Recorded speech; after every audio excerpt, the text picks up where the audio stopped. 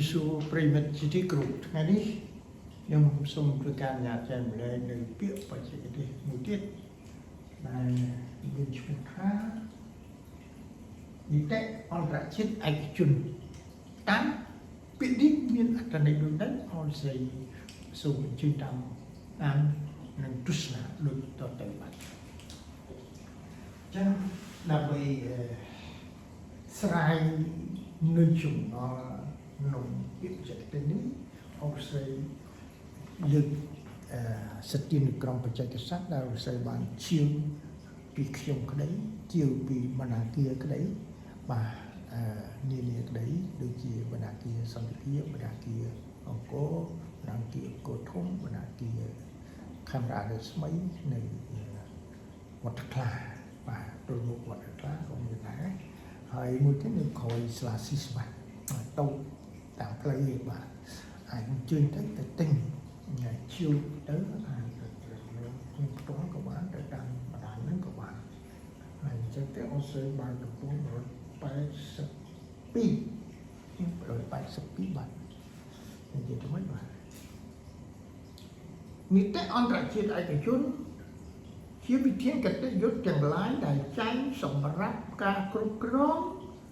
រវាងបុគ្គលជាឯកជននៅទំនាក់ទំនងទាំងឡាយ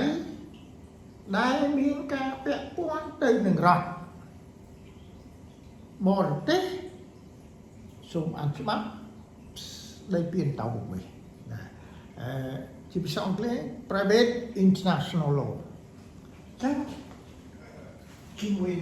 ខ្លឹមសារបច្ចេកទេសដែលមានចែងក្នុងច្បាប់ហើយខ្ញុំក៏សង្ខេបជា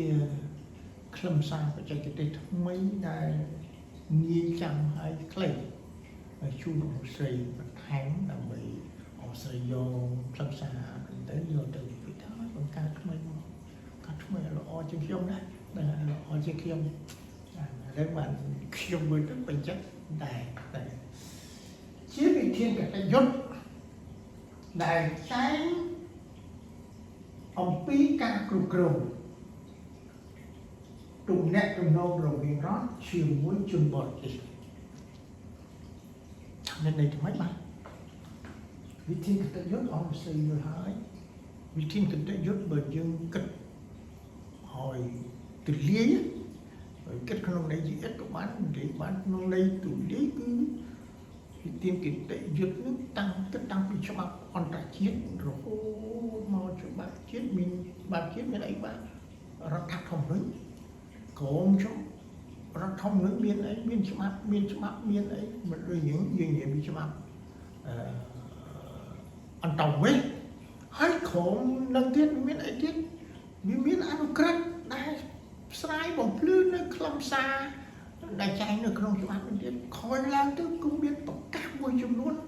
ដែលយកច្បាប់នោះមួយចំនួនដែលថាមន្ត្រីអនុវត្តច្បាប់លោកអត់សូវយល់អញ្ចឹងហើយរដ្ឋមន្ត្រីសួរអតីឬក៏រដ្ឋមន្ត្រីក្រសួងការបរទេសដែរផងដែរដោយសារថាពីនឹងទៅជុំគ្នាដែរហើយអាចធ្វើការស្រាវជ្រាវពីករណីនឹងបន្ថែមធ្វើប្រកាសអន្តរក្រសួងទៅដើម្បីបន្ថែមនោះការនេះមួយចំនួនទៀតនៅតាមមជ្ឈមណ្ឌលទៀតមានអគ្គលេខាធិការគាត់ធ្វើនៅក្នុងហ្នឹងដើម្បីឲ្យវាមានការឯកភាពពីរដ្ឋមន្ត្រីដែរណាធ្វើស្ដីសម្រាប់ចឹងហើយអំពីការគ្រប់គ្រងលោកអស្រីដឹងហើយមានន័យថាគ្រប់គ្រងទំនាក់ទំនងរវាងរដ្ឋនិងឯកជនមានន័យថាម៉េចទៅបាទមានន័យថាទំនាក់ទំនងជាពាណិជ្ជកិច្ចណាជាពាណិជ្ជកិច្ចឬទំនាក់ទំនងជាក្នុងឋានៈជាជនអន្តរជាតិឬក៏អន្តរប្រវេសន៍ហ្នឹងមានពាក្យនោះពីរផ្សេងគ្នាទៀតដូចខ្ញុំជាបានគឺការស្រាវជ្រាវពីឆ្នាំទៅដែរហើយពាក់ព័ន្ធអន្តរប្រវេសន៍មានអន្តរប្រវេសន៍ហើយអន្តរសេពីនឹងបាទហើយជាមួយជនបរតនិងជនបរទេសមានការទំនាក់ទំនងអញ្ចឹងណានិយាយថាឧបមាកម្ពុជាជាមួយនឹងជនបរទេសអ្នកវិនិយោគមកពីប្រទេសប្រាំអ្នកវិនិយោគមកពីអាមេរិកអ្នកមកវិនិយោគមកពីជប៉ុន អីជាដើមឬក៏អ្នកមកស្នាក់អាស្រ័យនៅនេះជាជនអត់តោពេលមួយចំនួនគាត់ស៊ីជាលក្ខណៈធម្មតាទេគឺគាត់បានទទួលសញ្ជាតិតុបនីកម្មក៏មិនទាន់ក៏ត្រូវនៅក្នុងប៉ុន្តែក្នុងសញ្ជាតិតុបនីកម្មហើយគឺលែងអនុវត្តបានហើយបាទដោយសារថាពេលវេលាដល់លំងដែលអាចនេះហើយខ្ញុំសូមប្រកាសនៅគុណអរស័យដែលបាន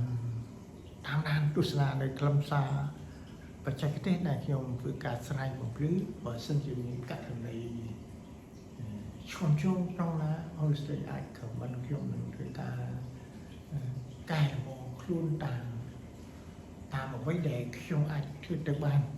ហើយសូមគ្រប់ជូនពរអរស័យមានសុខភាពល្អសំណាងល្អបាទអរគុណ